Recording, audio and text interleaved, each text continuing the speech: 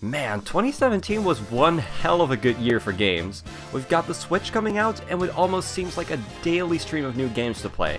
And those aren't just some games. 2017 was for me personally the best year in gaming in recent years. I won't spoil the list here in this intro since that's what you all came for. Let's spoil the list with the actual list, shall we? I only have one rule for this list. I have to have finished the game in question, and in case of a multiplayer game, I have to have put enough hours into it to where I feel comfortable talking about it. With that all cleared up, let's get started.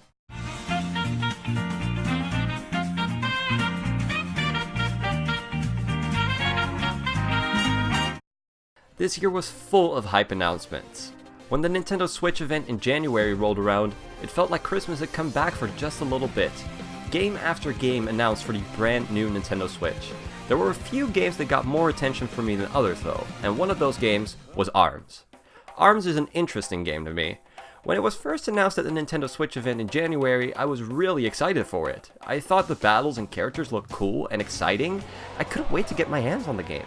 But then the global test punch rolled around, and I was not impressed. At all.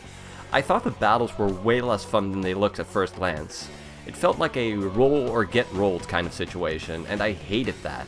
Matches felt way too short, and as a result, I overall didn't like what I was playing. These were the thoughts that ran through my head on day 1 of the test punch. On day 2, however, I already had a way better time, but I was still hesitant. With that same doubt, I picked up ARMS on launch day, and wouldn't you know it, I actually had an amazing time.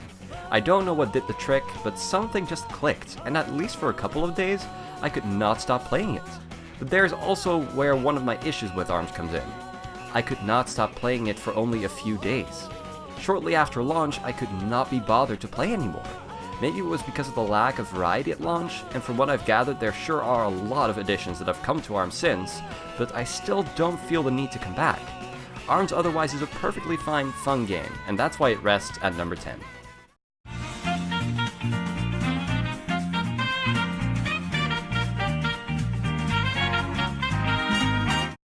Remember that first trailer for the Switch? You know, the one where the world was actually introduced to the concept of the Switch's existence?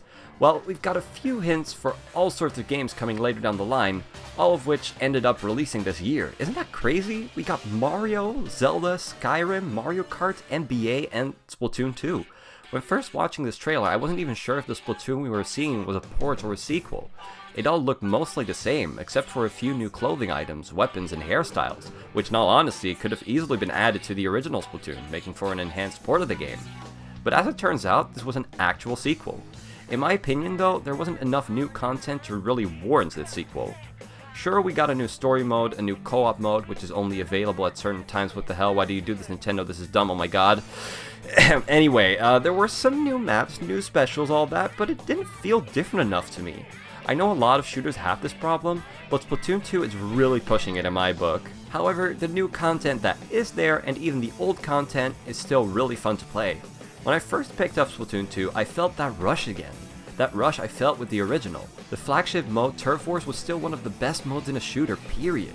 The new specials are definitely way cooler in 2 than in 1, and although I haven't played it much because of Nintendo's curfew, Salmon Run is incredible, and especially when playing with friends, there's a lot of fun to be had. This is why Splatoon 2 got inked at number 9.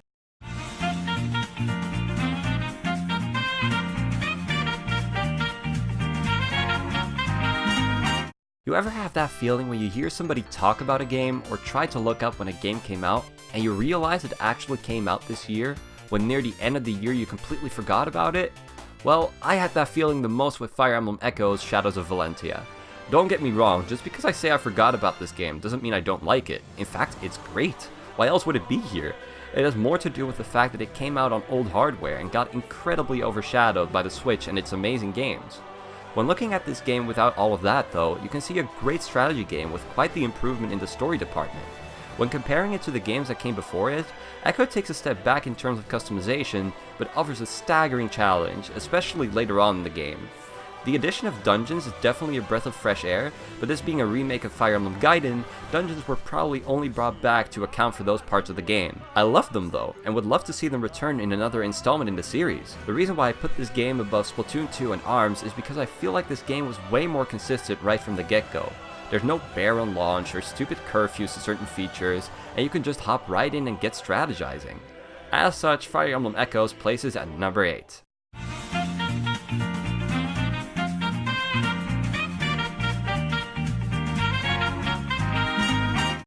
The most time I spent on the Wii U was probably with 2 games, Smash and Hyrule Warriors. I love the Dynasty Warriors series, and hearing of a crossover with Zelda was something I never knew I wanted, until I got it. Man, I put way too much time into that game, all to try and complete it. When the Nintendo Switch event in January rolled around, another crossover with Warriors was announced in the form of Fire Emblem Warriors. I could not believe it. So soon after Hyrule Warriors we'd get another one, and I'm happy to say that I love it. Fire Emblem Warriors is like a match made in heaven. The world and characters of the series fit together way better with the Warriors gameplay, and everything you would expect is present. Weapon triangle, dragons, everything's accounted for. The more strategic elements of Fire Emblem also come up often. This game relies on you sending your units all over the battlefield to complete tasks while you handle your own. All in all, I've already put way too much time into this game, and with new DLC on the way, you already know I'm never going to finish this game, and I love it for that. That's why Fire Emblem Warriors is my number 7 for this year.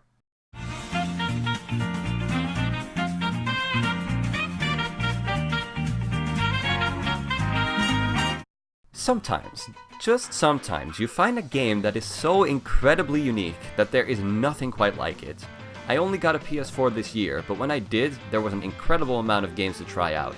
Final Fantasy XV, Kingdom Hearts, and so much more. But one that caught my eye above all was Gravity Rush and Gravity Rush 2. I had seen a bit of gameplay from both, and even played the demo of 2, and from the short bursts I got, I fell in love with it in an instant. The gravity switching mechanic is so unique and fun to use, even just flying around feels like a joy. Gravity Rush 2 also implemented different combat styles, which added even more fun mechanics to an already amazing formula. 2 is clearly the winner here, and if you have a PS4, you owe it to yourself to try this game out. It is like nothing you'll ever play, and so incredibly fun, I could probably play it for days in a row. The story is also quite interesting in some places, but the plot will not make much sense to you if you haven't played the first game, so I'd recommend doing that first before jumping into 2. But if you take the time for it, you'll find something like nothing you've ever played. Give Gravity Rush 2 a try, guys, really. For my top 10, it shifts to number 6.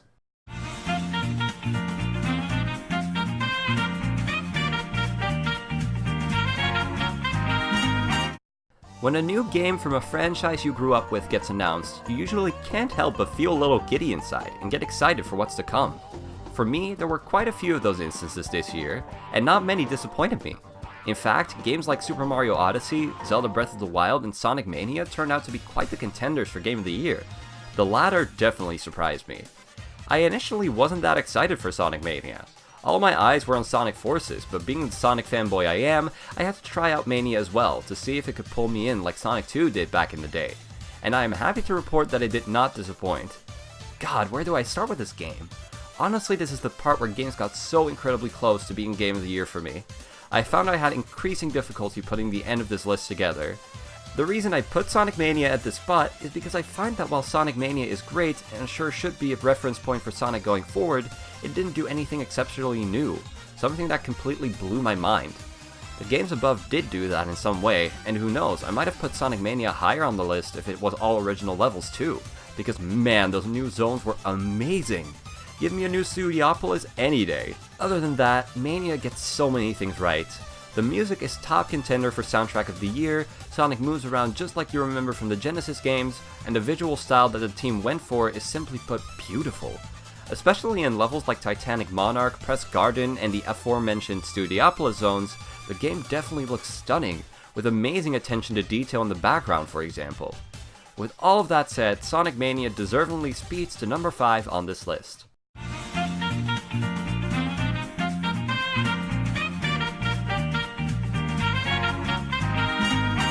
When this game was announced, I could not contain my excitement. Having this game at all, and in the first year of the Switch's life, mind you, was a dream come true. For the longest time, I didn't believe the game was going to hit store shelves before 2018. But the impossible happened, and man does it help close off the year for the Switch with a bang.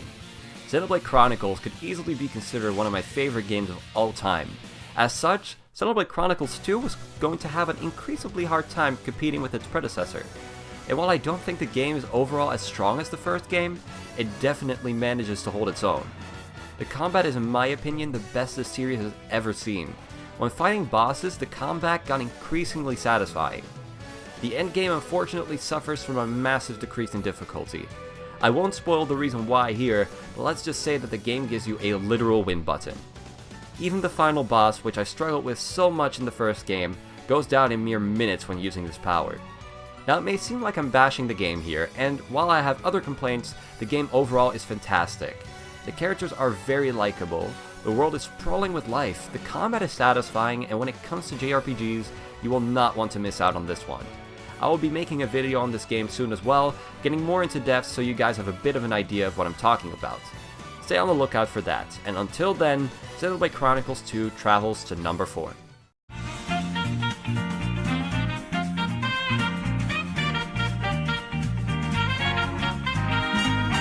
Now this is where the pain when making this list reached its climax. The following 3 games are all fantastic, and are so close to each other in quality that they might as well all be number 1. But unfortunately, that's not how these lists work, so in due time, I managed to make a decision. I don't think I have a single complaint about this game that might in any way lower the experience. The design that went into creating these worlds before you is something to be admired. The freedom to get almost anywhere given enough skill is so satisfying. When trying to reach high places or far off platforms, Super Mario Odyssey is sure to reward you with a moon or two. With my playthrough on the game coming to a close, I still could not put it down while looking for the remaining power moons. And don't get me started on all the Mario conventions that Odyssey just puts on its head. New Donk City, a city with realistic humans, the New Donk City Festival, and man, the final moments of the game are all something to be worth celebrating. Hell, I didn't even mention Cappy yet, and he might be the best addition to this game. The opportunities he opens up for platforming, as well as the captures that you gain access to, go even further in making this game stand out from all 3D Marios before it. Forget Mario 64, Odyssey is clearly the winner here, jumping up to number 3.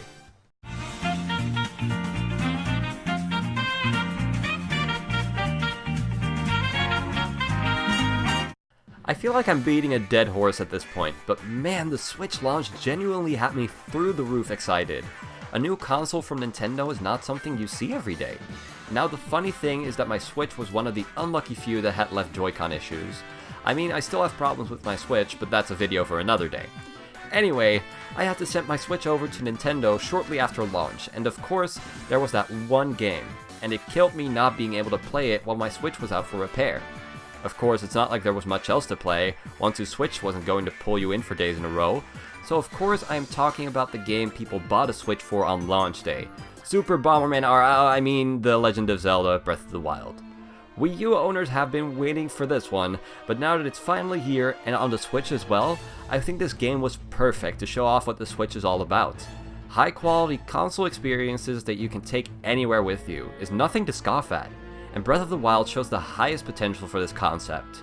This is, aside from maybe Skyrim and Xenoblade, the biggest experience on the Switch right now, and by extension, also the biggest Zelda game ever. And bigger definitely means better in this case. In most open world games I've played, I usually get bored because of a lack of worthwhile things to do. This is why I stopped playing Skyrim, for example. Breath of the Wild presents fun activities to do at every corner of its world. The story isn't great, I was expecting way more from it if I'm being honest, but all that fades away when you take the joys of discovering Hyrule into consideration. The reason why I put this game over Mario Odyssey is while Mario Odyssey is great, it isn't as groundbreaking for its series as Breath of the Wild was for Zelda. For Zelda, everything was so brand new and exciting, we had no idea what to expect, and as such, we discovered the number 2 on this list. Before we move on, I want to put some honorable mentions out there. These are games that I haven't had a chance to finish yet, and as such, I didn't want to put them on this list. First up is Mario + Rabbids Kingdom Battle. I have not played a lot of this game, I really haven't, but if the opening hours are anything to go by, you've got one solid strategy game here. The battles are really cool, and somehow the mashup between Mario and the Rabbids just works. If I had more time invested into it, it might have made this list, but for now, it'll rest here as an honorable mention. Next up is Horizon Zero Dawn. I've put way more time into this game than into Mario + Rabbids, and as such I got a bit more to say about it. The game so far has been great. The story is pretty interesting, but what really takes the cake here is the combat. This combat makes me feel like a badass every single time.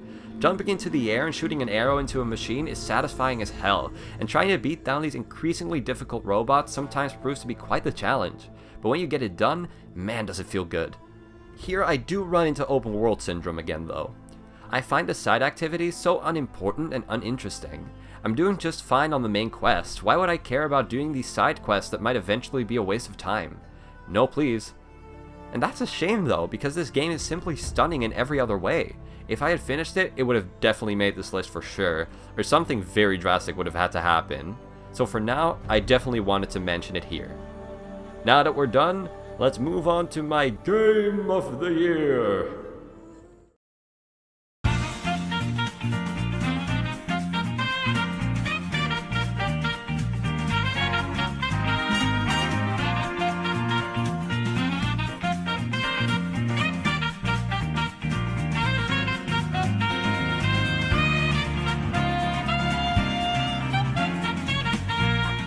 This game had me hooked for the longest time.